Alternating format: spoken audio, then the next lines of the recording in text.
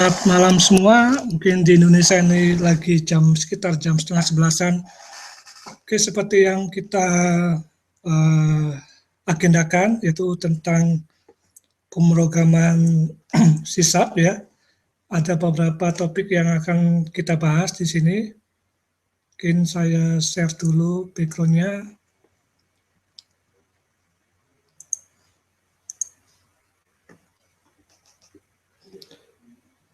Oke, jadi di sini ada beberapa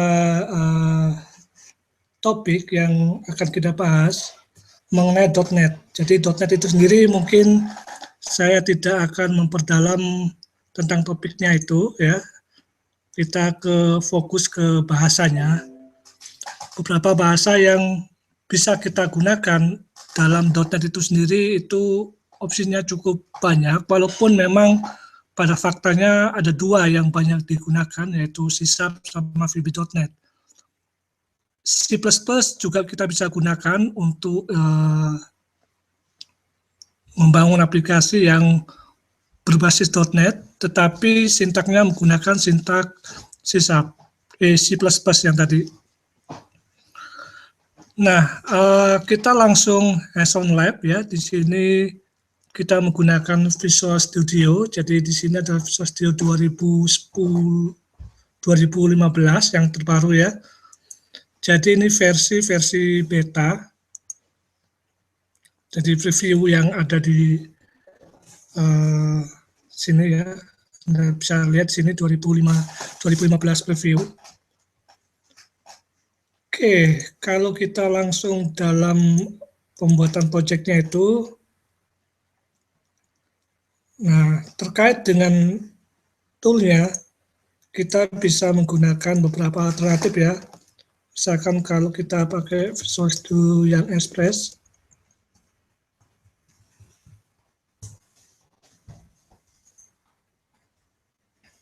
nah ini Anda bisa gunakan untuk membuat aplikasi simple untuk C#-nya atau web. Ada beberapa opsi yang kita bisa pakai, yaitu untuk web, Windows, dan desktop. Dan juga ada menggunakan Team Foundation. Nah, alternatif lain seperti ini, jadi Anda bisa menggunakan Notepad++ ya, sekitar untuk nulis script ya. Atau juga Anda bisa Sublime ya, Anda bisa gunakan tool ini yang mungkin beberapa rekan-rekan sudah pernah memakainya, ya, Anda bisa menggunakan tool ini. Jadi alternatif untuk menggunakan tool untuk membangun aplikasi .NET itu bisa banyak ya, bahkan untuk yang teks biasa pun bisa. Oke, kembali di sini saya menggunakan Visual Studio 2015 preview ya.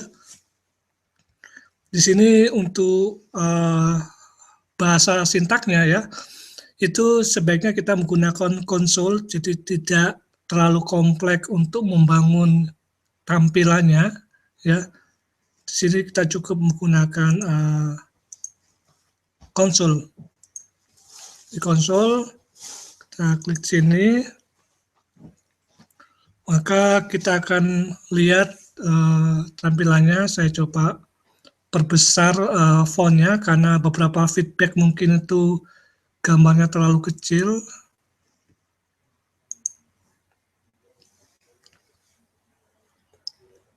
Oke, kita lihat teks editornya. Oh, sorry.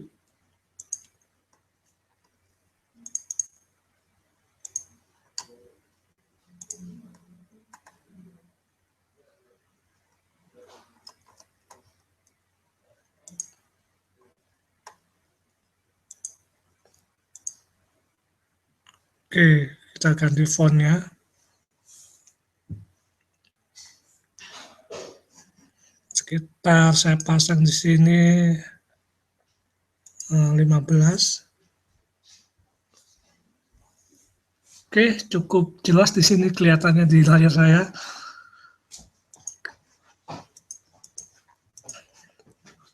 Nah, yang pertama yaitu mengenai data type sama variabel.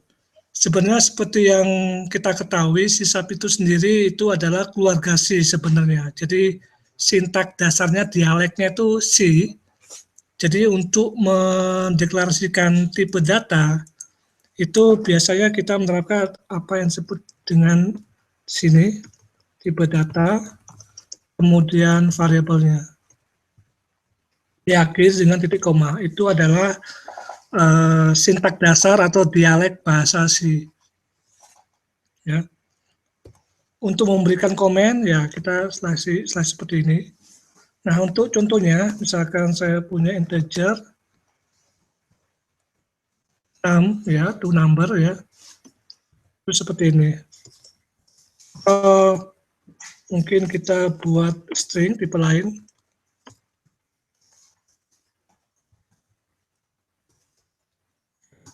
Ini. Jadi dialeknya adalah tipe data, nama variabelnya, namanya bebas. Nah, biasanya pendekatannya untuk sisap, sebaiknya, walaupun Anda bisa punya cara lain, sebaiknya menggunakan namanya camel. Camel itu penulisan huruf kecil, kalau kita ada satu kata. Kalau dua kata itu huruf kecil, kata pertama, huruf kedua itu huruf pertamanya huruf besar. Jadi misalkan Anda string first name, berarti first-nya itu huruf kecil, name-nya N-nya besar. Nah, ini adalah dialek untuk camel. Jadi camel itu penulisan variabel seperti ini. Anda boleh menggunakan cara lain, tapi memang kalau sudah membuat aplikasi yang cukup besar, ya, sebaiknya tata cara prosedural itu cukup membantu. Artinya nanti kedepannya dalam membangun proyek yang cukup besar timnya, itu takutnya tiap orang mempunyai teori penulisan sendiri. Nah, kalau tidak sama, itu akan amburadul aplikasinya. Sehingga harus satu suara dalam penulisan tata tulisnya untuk skripnya.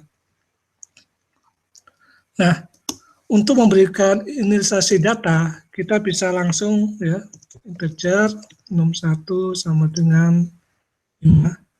Kita memberikan nilai 5 di variabel num1, atau tadi itu nggak boleh sama, ya. Misalkan name string itu deklarasikan seperti ini. Misalkan terus ini, ya. Jadi kita bisa langsung memberikan nilai kepada variabel yang kita deklarasikan. Misalkan untuk tampilannya, saya menggunakan konsol.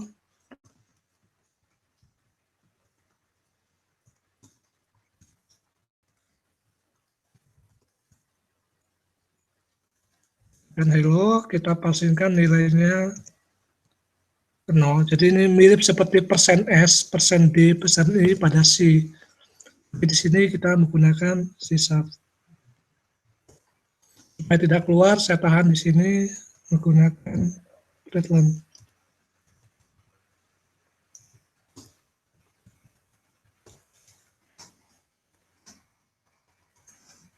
Oke, kita coba jalankan.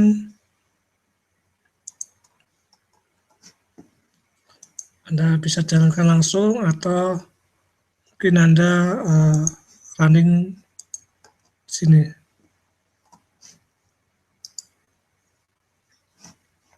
Oke, di sini pastikan tidak ada error, ya. Nah, untuk menjalankannya Anda bisa start debugging atau tanpa debugging itu juga sama di situ.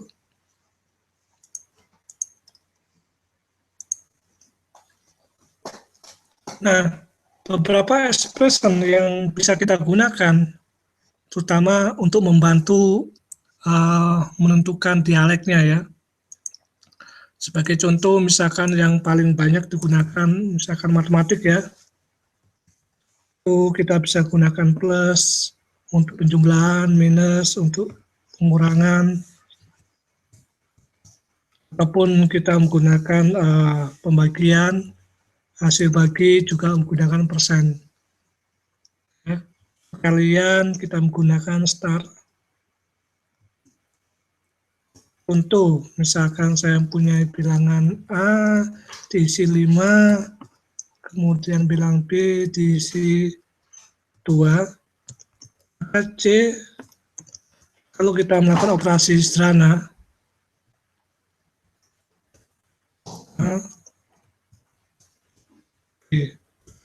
itu hasilnya adalah perkalian dari A kali B. Kita kasih breakpoint sini untuk dibaginya.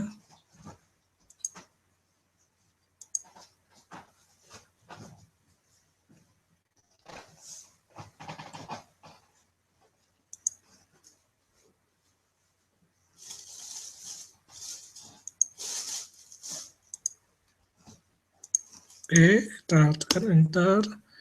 Dia masuk ke dalam sini. Kita lihat nilai A dan B-nya itu ada 5 dan 2. Kemudian perkalian tinggal tekan F10. Maka kita akan lihat nilai C-nya adalah hasil perkalian dari A kali B. Ini operasi yang paling sederhana. Tetapi ada juga operasi yang berhubungan dengan logika, logical ya. Jadi logical itu and, or, dan sebagainya ya. Itu mungkin bisa digunakan untuk nanti kita akan belajar tentang conditional. Jadi jika ini benar dan ini benar, maka hasilnya benar. Jika ini salah, ini dan ini benar, salah. Nah, itu adalah logical matematika logika, itu banyak dipakai dalam pemrograman. Jadi kalau disisap untuk menggunakan N biasa, ini N yang dalam artian logical bit ya, tetapi ada juga yang gunakan yang conditional semacam itu, jadi kita gunakan N plus 2 itu. Or ya, or not di sini, tanda seru. Contoh, misalkan kita gunakan yang tadi itu, C-nya itu adalah A, N dari B. Kita lihat hasilnya.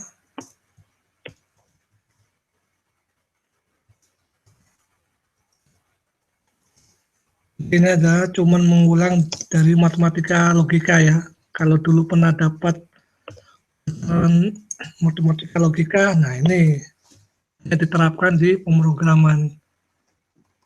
Kita remark dulu ini. Kasih poin.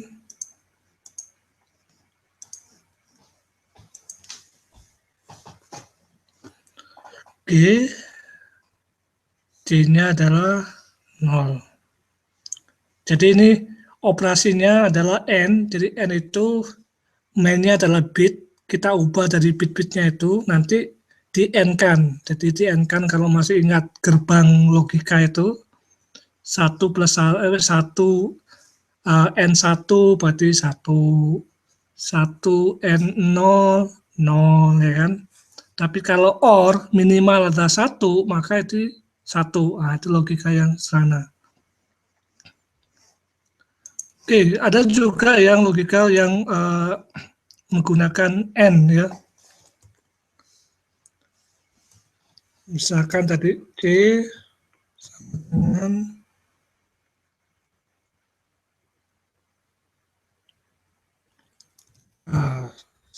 lebih enak dulu pakai ini ya.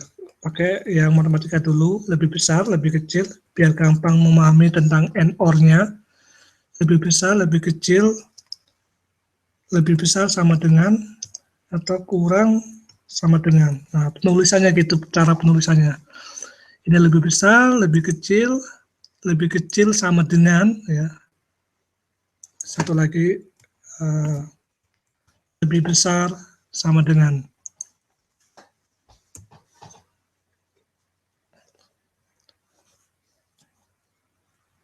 Jadi kalau misalkan kita lihat boolean adalah tipe untuk menunjukkan true atau false ya, maka saya boolean itu adalah misalkan result apakah A lebih besar daripada B, kita lihat hasilnya. Kalau kita lihat A-nya itu diisi dengan 5, B-nya kasih 2, maka A lebih besar dari B. Nah, itu kan kelihatan apakah true atau false.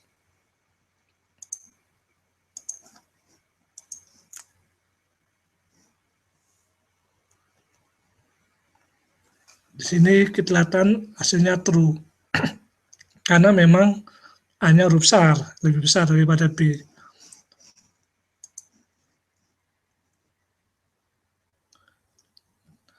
Ada yang lebih kompleks lagi, kalau kita membandingkan A kurang daripada B, dan, nah ini ada dan-nya, sudah mulai agak kompleks logikalnya. B lebih besar sama dengan A. Ini adalah dua hal yang operasi matematik, tetapi kita lihat logical booleannya.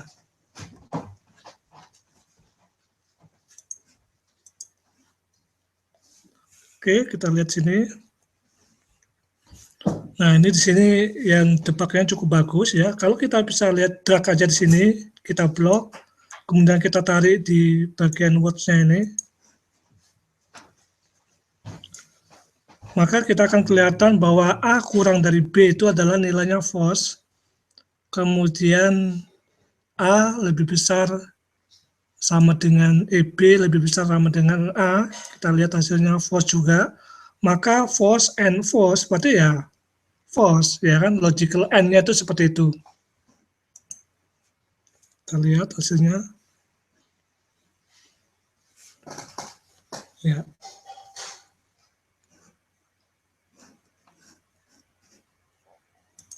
Kalau masih bingung, mungkin kita lihat reviewnya aja. Jadi kalau Anda di wiki, saya pernah lihat sini and or.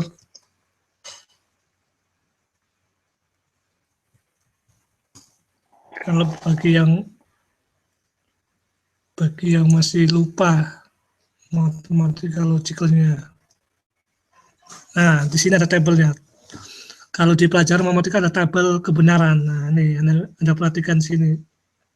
Kalau untuk yang N itu 0, 0, 0.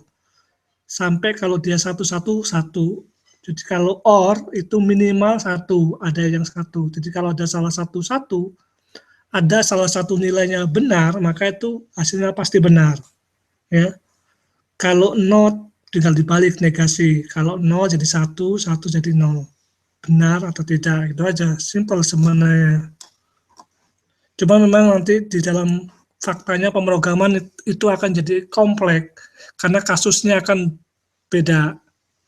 Contoh realnya, misalkan kalau kita membuat aplikasi transfer bank, ya, maka dicek apakah transfer bank itu sukses jika saldonya lebih besar daripada yang ditransfer, dan nah ada dannya nih, dan akunnya dia adalah aktif. Jadi ini ada logical yang banyak dipakai dalam pemrograman apapun ya, misalnya ini. Jadi basicnya harus tahu di sini. Nah, kembali lagi ke masalah decision. Nah, decision itu banyak dipakai.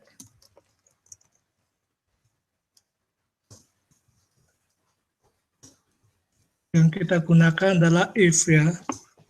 Jadi sintaknya if-nya untuk hisab itu adalah if conditional di sini, begin end itu kurung kurawal standar ya. Jadi sintaknya itu. Kalau misalkan ada lagi else,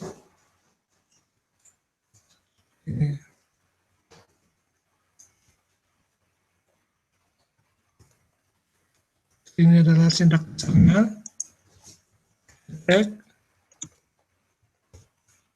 Jadi kita bisa masukkan yang conditional seperti ini.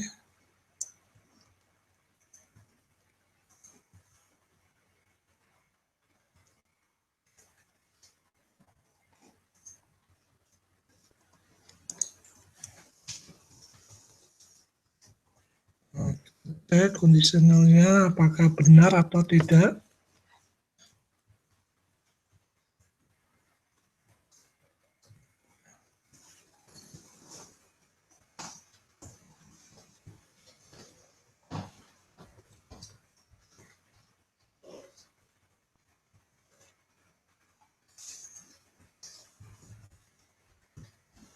Oke, kalau ini terpenuhi, dia di true.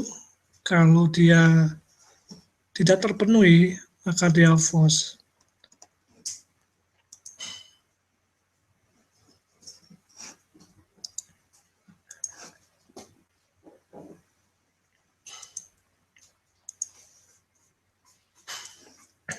Oke, seperti kita tadi cek ya, dia nilainya false, maka nanti dia tulisannya false seperti ini. Nah, ini logical yang banyak dipakai.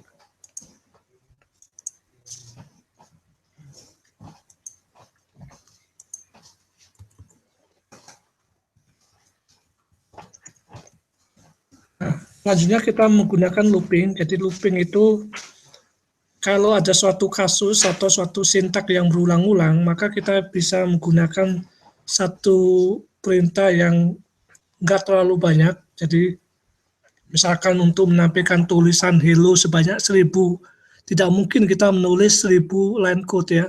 Kita cukup beberapa line code untuk menuliskan tulisan tadi. Itu contoh kecil. Contoh lagi mungkin kita menghitung bunga bank atau menghitung penjumlahan tertentu yang itu dilakukan berulang-ulang. Nah, kita bisa menggunakan looping ini. Contoh tadi kasus yang itu kita gunakan for. Jadi sintaknya adalah inisialisasi ya, inisial data di sini. Kemudian dia adalah conditionalnya.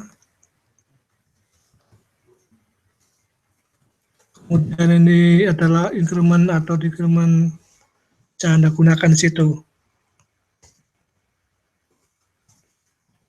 Contoh,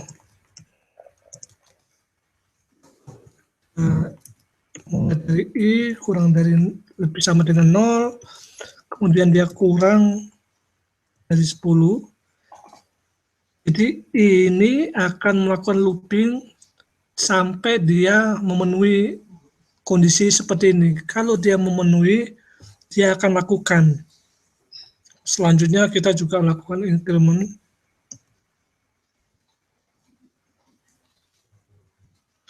Jadi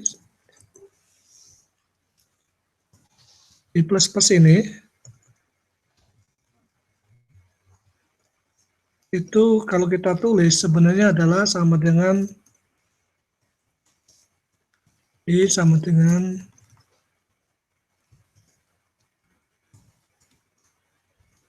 1.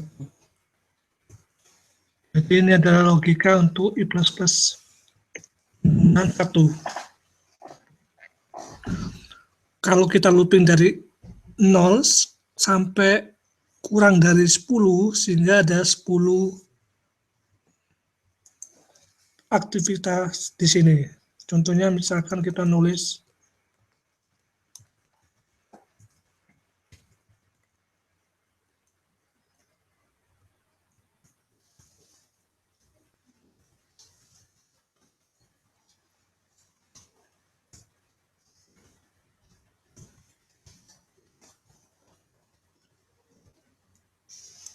oke, di sini dia akan melakukan looping sebanyak 10.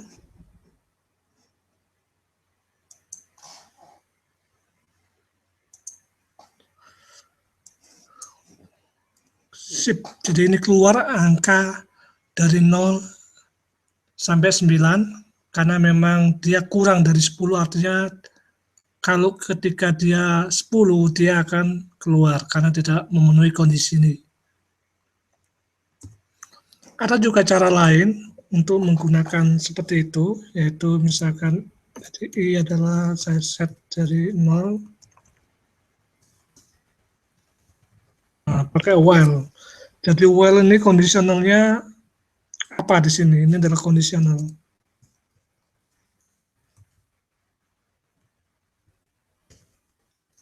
Untuk I, kalau dia kurang dari 10, dia akan looping terus.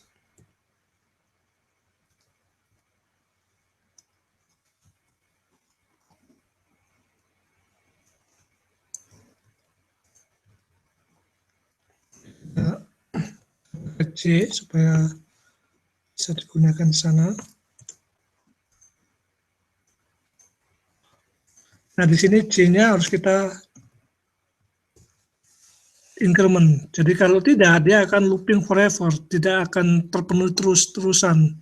Ya, jadi kalau di sini dia masuk, dia kurang terpenuhi dari 10, jalan terus. Jadi 2 misalkan, dia masih kurang dari 10, dan seterusnya sampai dia memenuhi nilai C-nya tersebut. Jadi konsepnya sama ini, antara for sama while.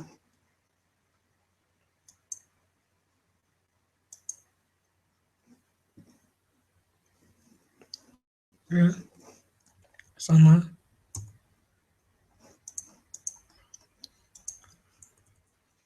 Satu yang sering juga digunakan adalah nested.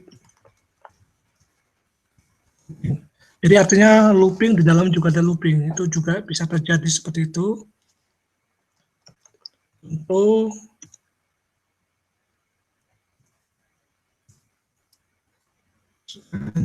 M,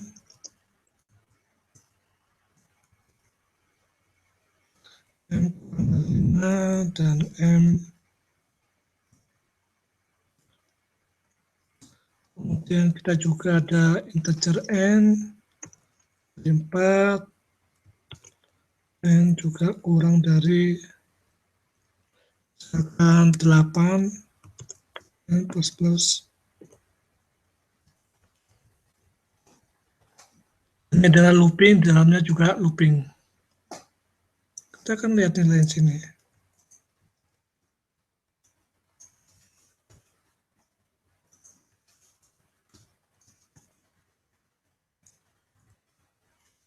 Di sini adalah parameter 0, parameter 1. Jadi sesuaikan dengan indeksnya. Jadi tidak boleh langsung 2 atau 3.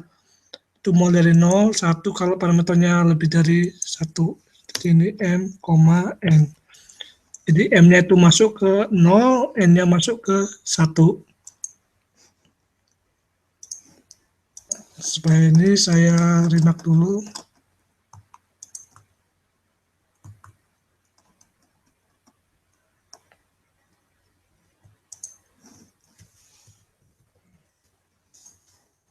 Oke.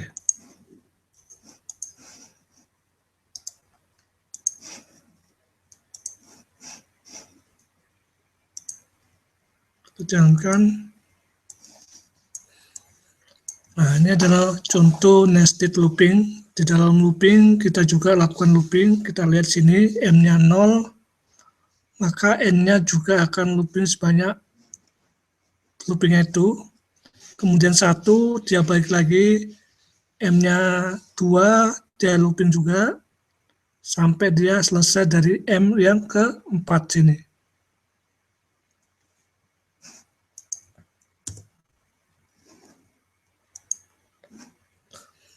Oke, nah satu hal yang menarik juga tentang struct enumeration. Jadi kalau kita membuat sesuatu yang general, ya kita coba di sini buat baru. Jadi kalau kita lihat sintaks struct-nya, Anda bisa cek di MSTN dokumentasinya.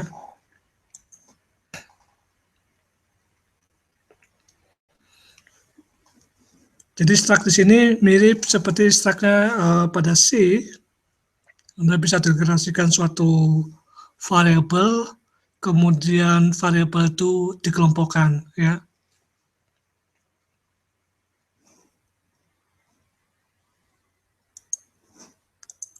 Contoh di sini, misalkan Anda buat sini, jadi Anda boleh masuk ke dalam situ, Anda juga boleh dalam luarnya sini, bisa.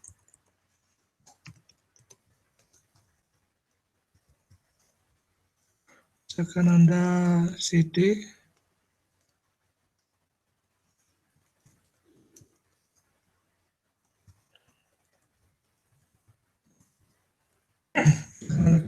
name, public adalah decimal latitude-nya,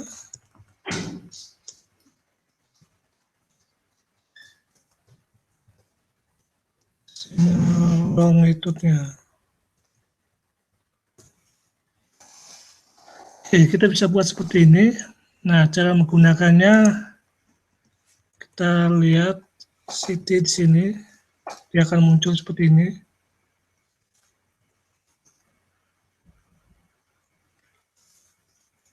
Misalkan Jakarta di sini.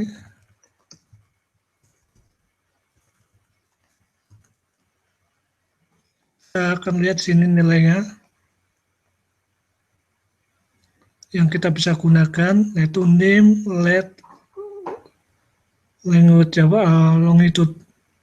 Misalkan name-nya tadi udah.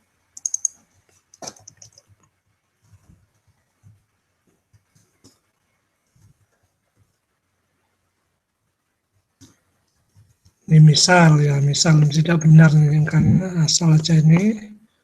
Oke.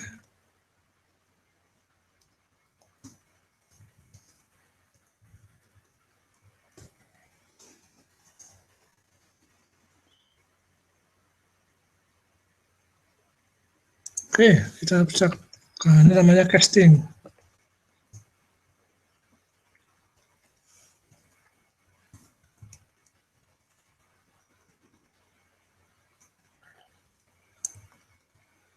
Kita bisa mengcasting suatu nilai ke tipe yang lain, desimal. Nilainya juga floating dari double masuk ke desimal. Misalkan kita tampilkan apa yang terjadi kalau saya tampilkan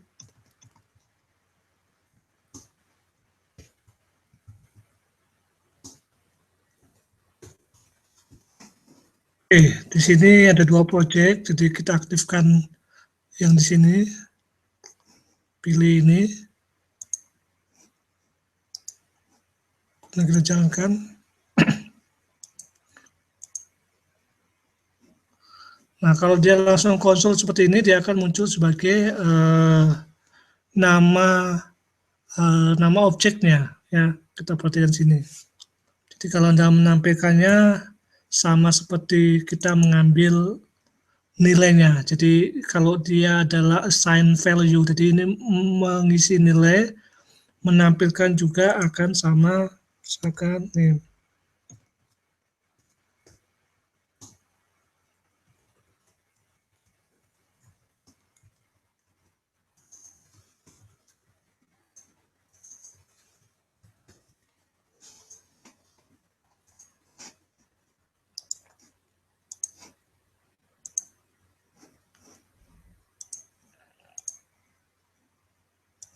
Oke, seperti ini. Cukup mudah untuk menggunakannya. Nah, setelah struct, kita juga bisa menggunakan enum. Jadi, kalau kita lihat di sintaknya ini,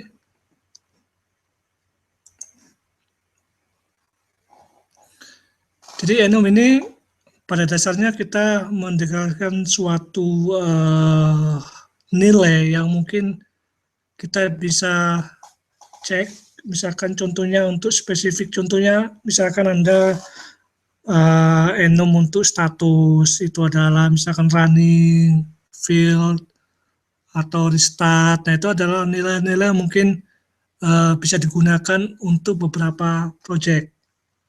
Nah, di contoh di sini kan dia menggunakan contoh nama-nama hari. Nah, seperti itu, ya. Contoh sini.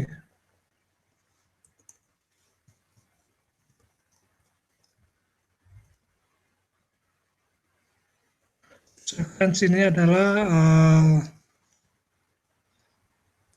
kita coba misalkan status.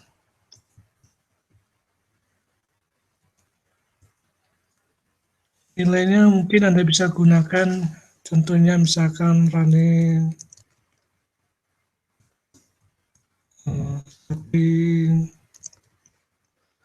mungkin bebas ini ya.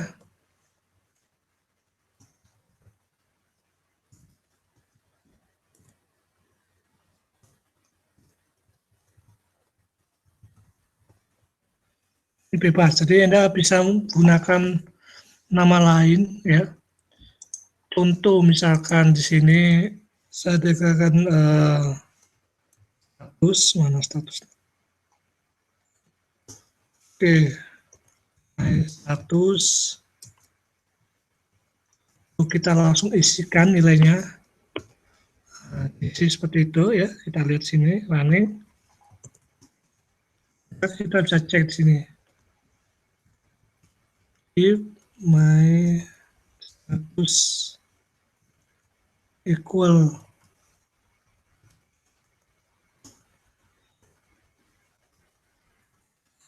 apakah nilainya itu sama dengan nilai running ini, maka saya tulis ini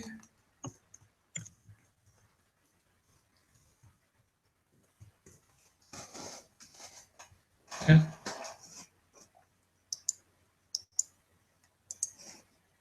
Kita jalankan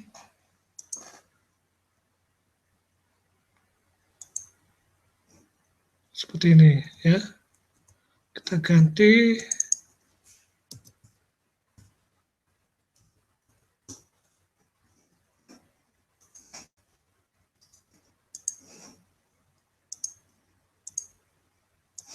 kan sini tidak muncul karena memang nilainya adalah running di sini. Nah, kapan kita menggunakan ini? Kapan menggunakan struct sama start sama enum ya.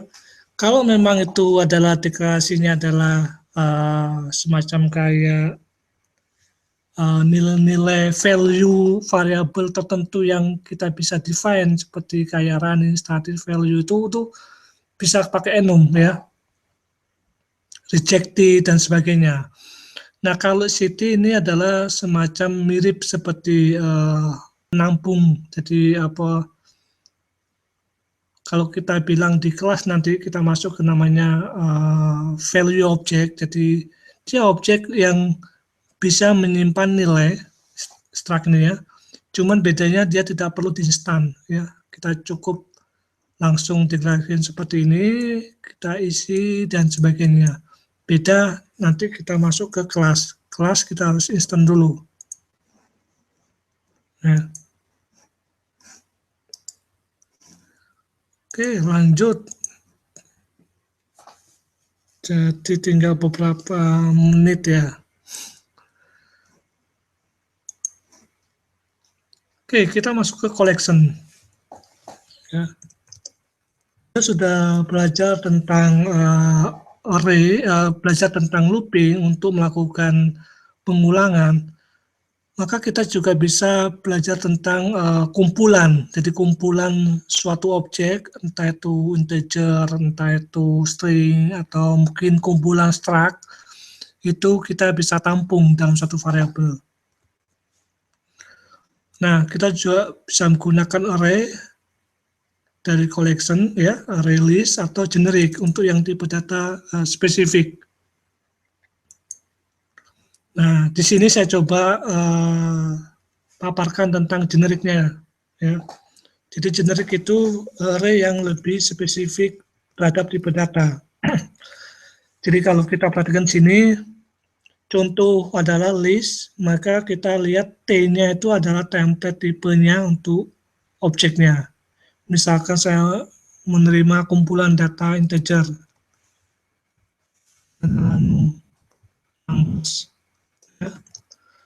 Maka kita harus instan dia sebagai objek collection. Nah, kita untuk mengisinya, kita gunakan looping yang kita sudah belajar.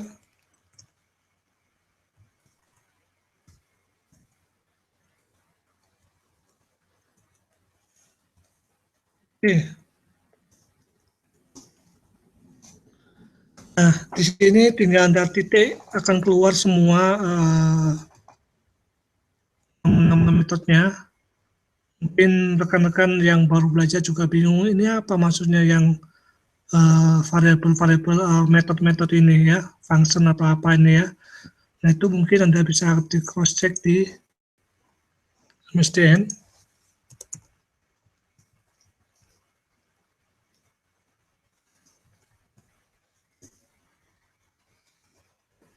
Nah, kita lihat list kelasnya itu.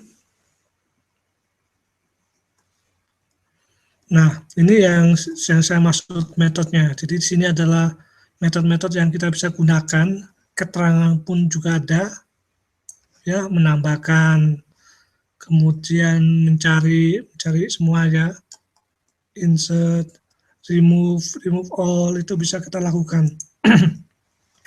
Contoh kita nambahkan nilai sini.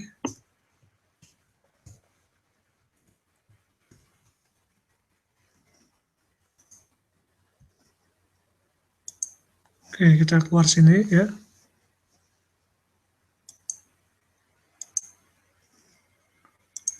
Kita jalankan. Oh, kita start dulu sini.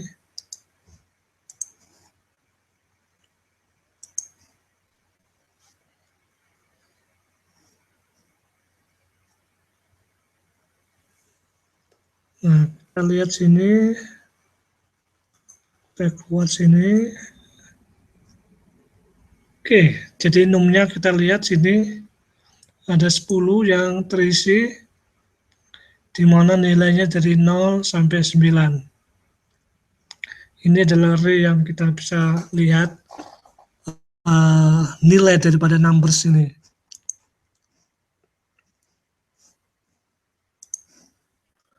Untuk mengambilnya, kita juga bisa gunakan namanya array kotaknya itu ya.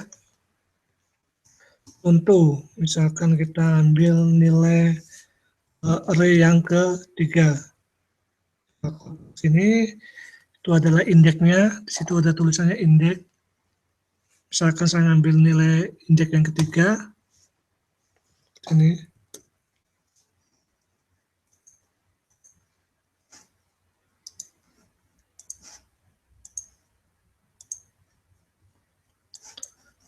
Di sini adalah indeks ya, ketiga. Jadi indeksnya itu dimulai dari angka 0, bukan angka 1 ya.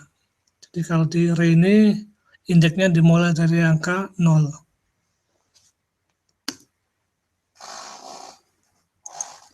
Nah, kita juga bisa memasukkan struct yang kita buat tadi itu ya. Misalkan tadi ya ini.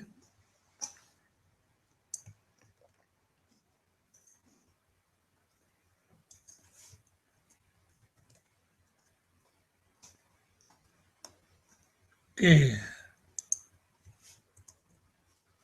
Misalkan list dari city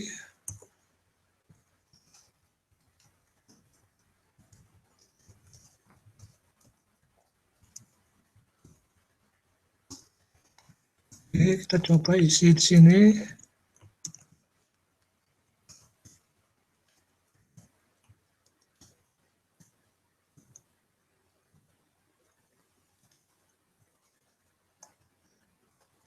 Oke, berarti di sini city-nya harus kita isi dulu untuk memberi nilai.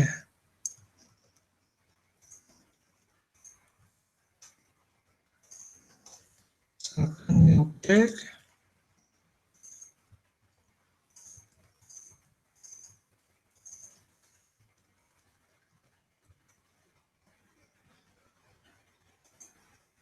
Nah, saya gunakan selain namanya string, ya, format itu adalah kita melakukan concate, jadi penjumlahan daripada nilai variabel string sama numerik ya. 0 ke i. Ya, jadi ini akan masuk ke dalam sini, hasilnya adalah string masuk ke dalam name ini. Ini bebas, saya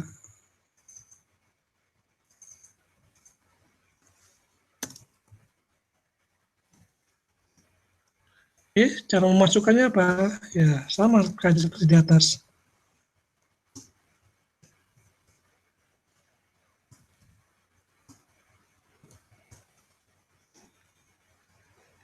Kita cross check di sini.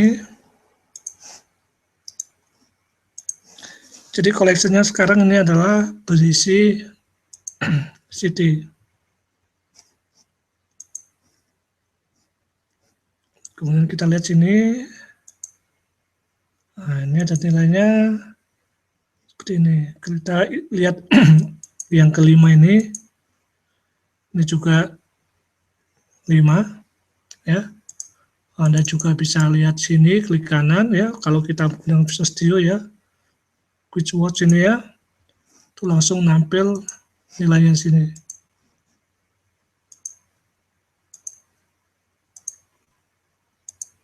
Nah, kita bisa lihat nilainya cukup bagus untuk debugging ini toolnya.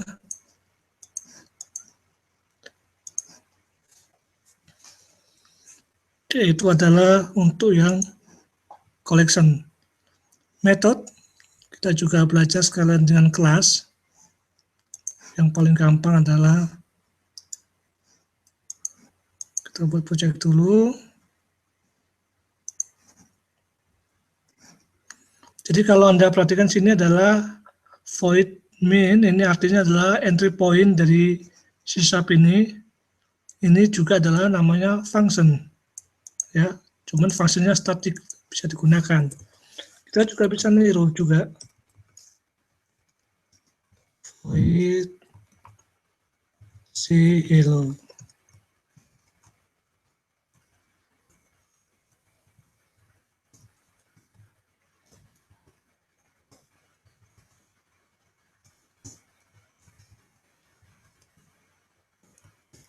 Jadi metode ini atau function ini kita langsung bisa panggil di sini karena dia statik.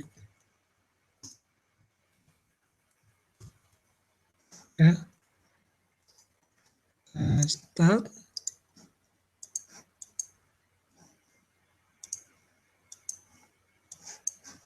Seperti ini ya, muncul hello. Nah, di sini dia tidak mengembalikan nilai apapun ya. Kita juga bisa buat yang menerima input. Misalkan ini adalah integer, adalah integer A, integer B.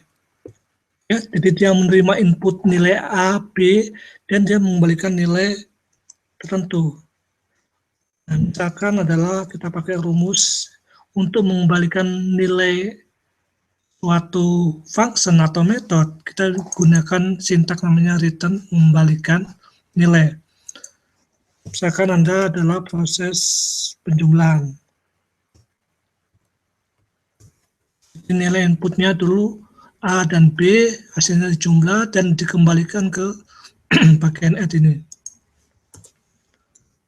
Oh.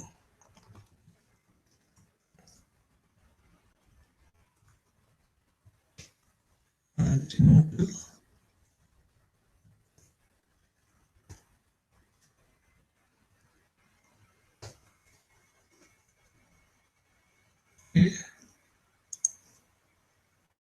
jalankan.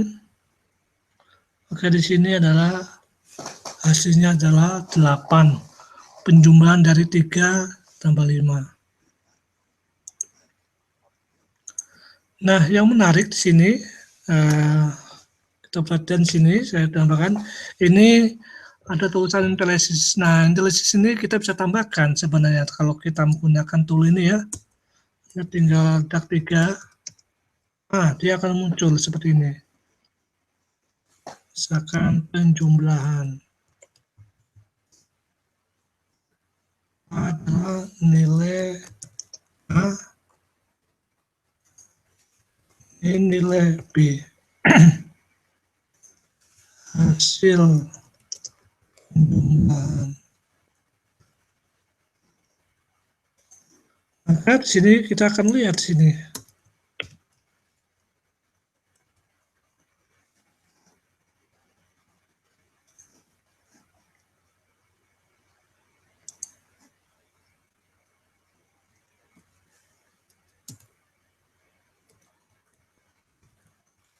Lihat tulisannya keluar atau tidak nih.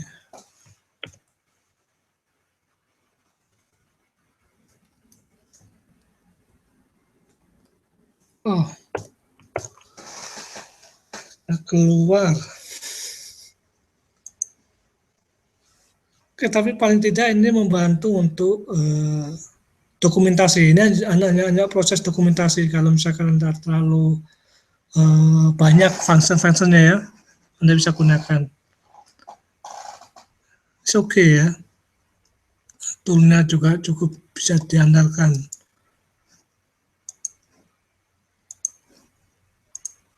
Oke, kita masuk ke kelas sama interface itu sebenarnya satu paket ya.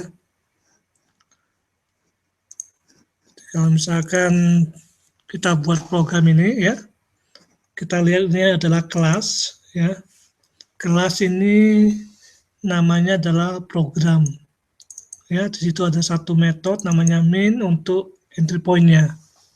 Nah, kelas itu sendiri adalah kalau kita lihat itu semacam template. Jadi template kalau kita bahasa awamnya blueprint-nya, belum diapa-apain, belum kasih nama. Nah, ketika kita deklarasikan, baru dia jadi satu objek. Jadi ada objek, ada kelas. Itu yang paling simple ya. Nanti kalau sudah masuk objek oriented baru akan agak kompleks. Nah, untuk membuat kelas, kita cukup tambahkan satu kelas ini. Misalkan di sini adalah employee, paling enak ya.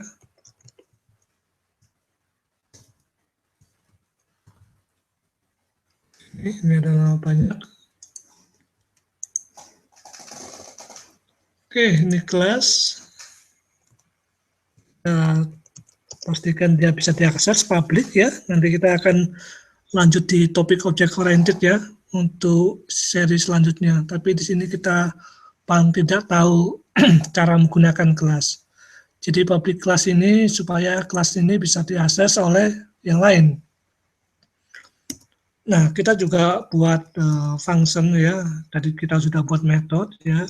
Misalkan tanpa pengalihan zero.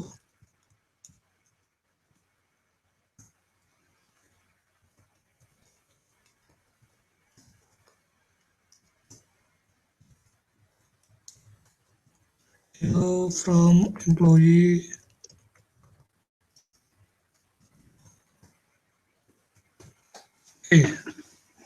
ini. Nah, di bagian program utamanya sini kita cukup panggil aja yang muncul employee. Ini adalah variabelnya seperti pelajaran pertama tadi itu ya. Tipe data, nama variabel. Tipe datanya adalah kelas, namanya employee, variabelnya adalah objek.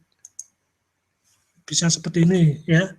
Tetapi di kelas kita perlu namanya instant untuk supaya objek itu aktif. Tidak bisa serta-merta. Misalkan contohnya ini ya. Nah, kalau apa yang terjadi kalau misalkan seperti ini? Kita lihat.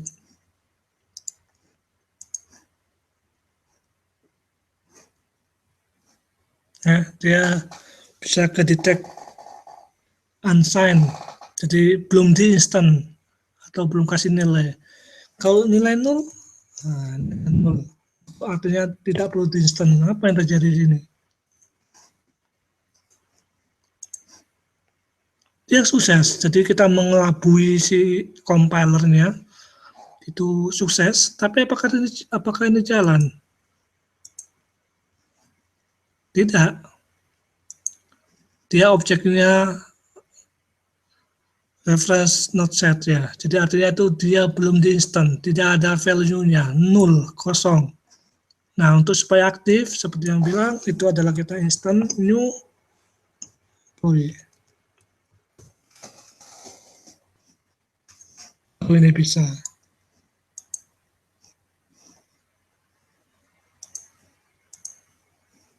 Oke, seperti ini. Nah, kelas ini kita juga bisa menerima inputan waktu instannya ini, ya. Jadi by default, jadi secara umum itu dia langsung menggunakan aslinya sudah ada ini. Jadi walaupun tidak tertulis, dia sebenarnya sudah nulis seperti ini. Ya. Nah, kita juga bisa nambahkan.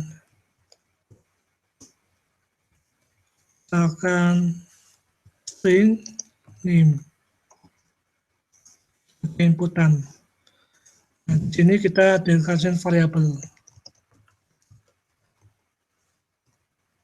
Di sini adalah variabel. Untuk variabelnya private supaya tidak bisa diakses oleh yang lain. Nah, ini kenapa seperti itu ya, nanti kita akan skip ke object oriented. Tapi di sini tujuannya adalah kita supaya variabel itu tidak diakses orang lain secara langsung. Ini seperti ini.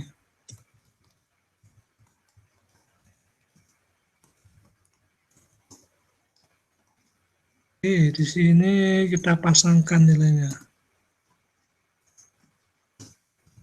Name sama dengan name. Mungkin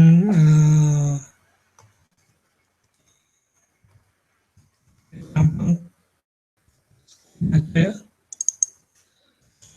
Beda aja situ.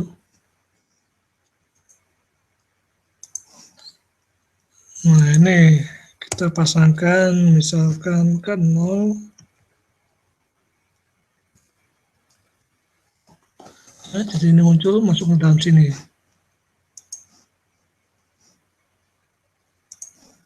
Oke, kita coba lagi di sini. Saya copy paste. Tapi dia ada isian. Ya, di sini isiannya misalkan John. Ya, kita isi di sini. Ini juga objek 2. Kita jalankan. Oke, karena ini yang objek itu adalah sini kosong tanpa nilai, maka dia muncul cuman kosong. Tetapi objek 2 ini diisi John, maka dia akan muncul nilai John di sini.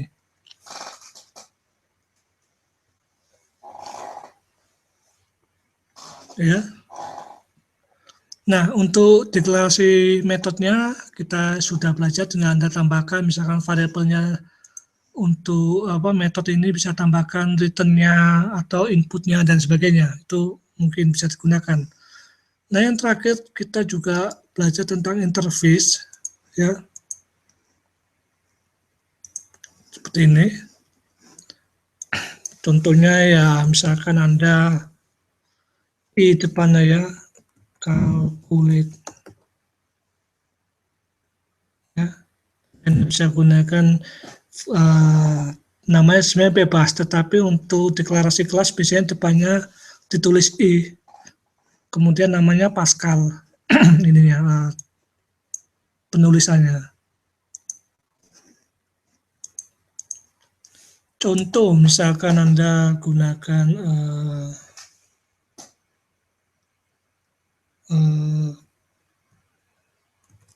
ya misalkan dia returnnya adalah misalkan double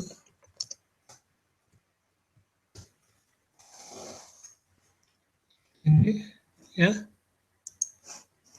maka saya juga bisa gunakan suatu kelas misalkan Anda buat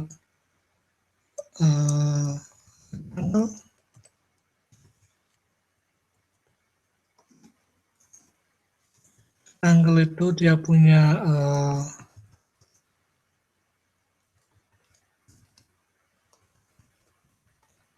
double length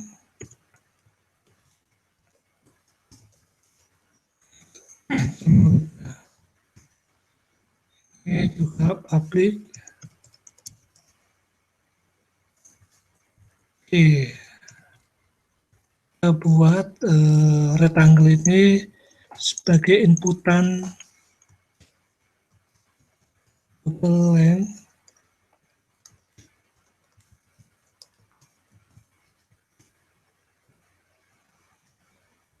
Oke, ini adalah inputan konstruktor. Jadi kalau saya bilang ini adalah konstruktor, konstruktornya itu di sini untuk memberikan inputan length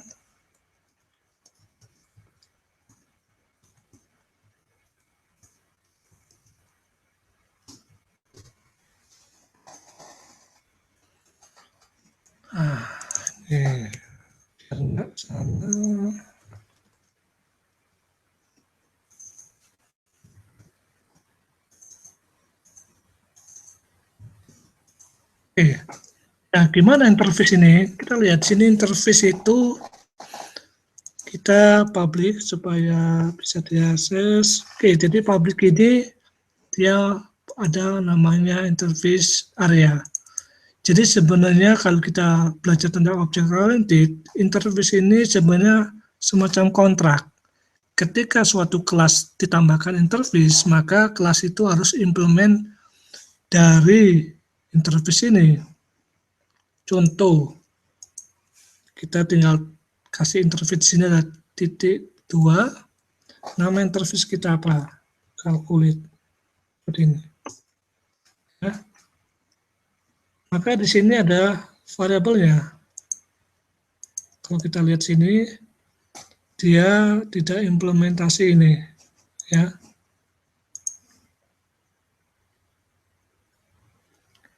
Jadi kalau Anda lihat ini, calculate ini, dia harus, nah ini dia harus implementasi seperti ini. Jadi contoh, tambahkan, public, harus nama sama. Jadi harus namanya sama.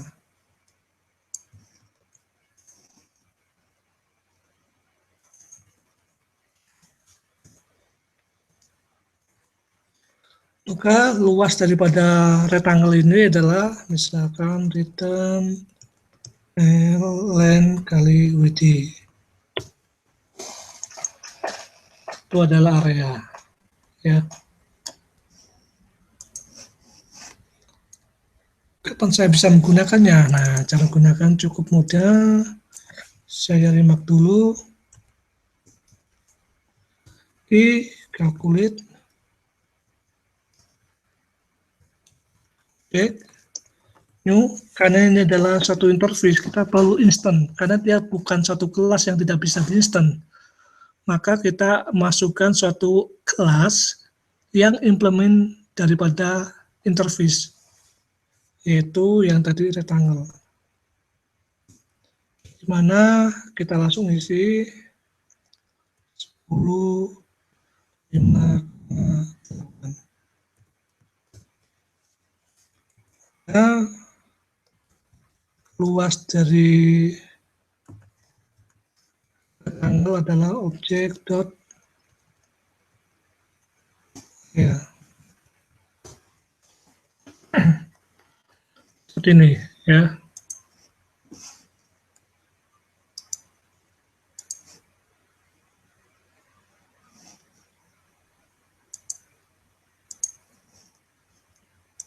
Kita camkan. Di sini adalah nilainya adalah perkalian daripada panjang kali lebarnya, ya kan? Jadi ini adalah interface-nya langsung dipanggil. Nah, dengan interface ini konsistensi kontrak itu akan jauh lebih mudah. Contoh, misalkan saya tambahkan lagi yang tadi lingkaran, saya tinggal copy paste saja dari sini.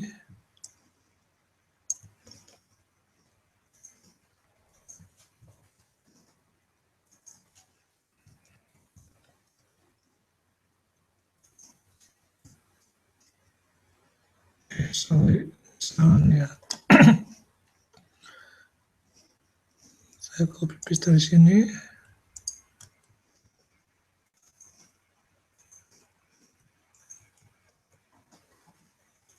Oke, ini saya, karena ini adalah lingkaran, dia punya radius.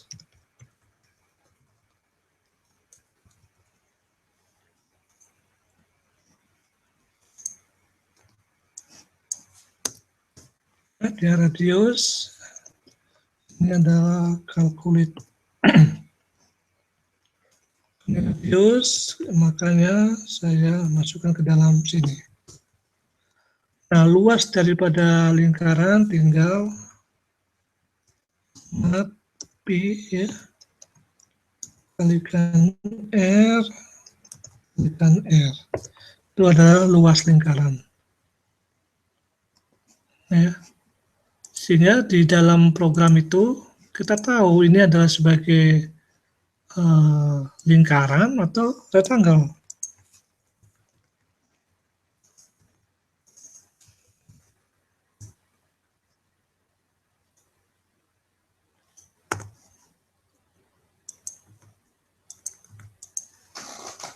Ya, ini adalah satu bentuk rectangle, masuk ke interface ini, kemudian cycle juga masuk ke dalam sini.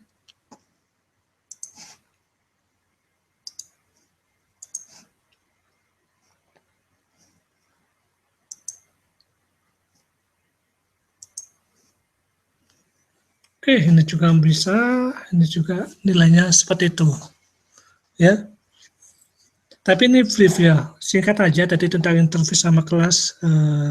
Nanti di session yang selanjutnya kita akan masuk ke lebih dalam lagi yang fokus ke dalam hal seperti ini. Ya, mungkin dari saya seperti itu ya.